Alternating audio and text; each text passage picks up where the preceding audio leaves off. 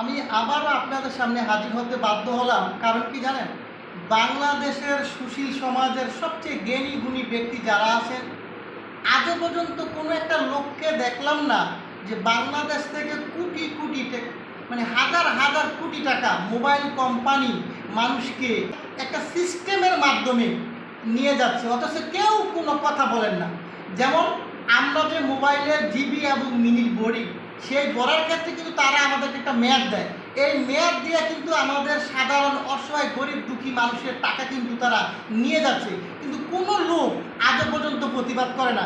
গত সরকারের আমলে যারা ছিলেন, সেখানে কিন্তু আমি বিটিআরসির গণশুনানিতে বলেছিলাম যে আমার টাকা আপনি কেন কেটে নেবেন। আমার প্রশ্ন হচ্ছে, আমি মোবাইলে টাকা জিবি এবং মিনিট ভরি, সেই মিনিট আমি খরচ করি না, কিন্তু একদিন দুই দিন পরে বা 24 ঘন্টা পরে বা 7 দিন 15 দিন পরে কিন্তু টাকাটা আমি কথা না বললেও মোবাইল কোম্পানি টাকাটা নিয়ে যাচ্ছে। কিন্তু আমার প্রশ্ন হচ্ছে, এই টাকাটা কি মোবাইল কোম্পানির? অবশ্যই না। এই টাকাটা কার?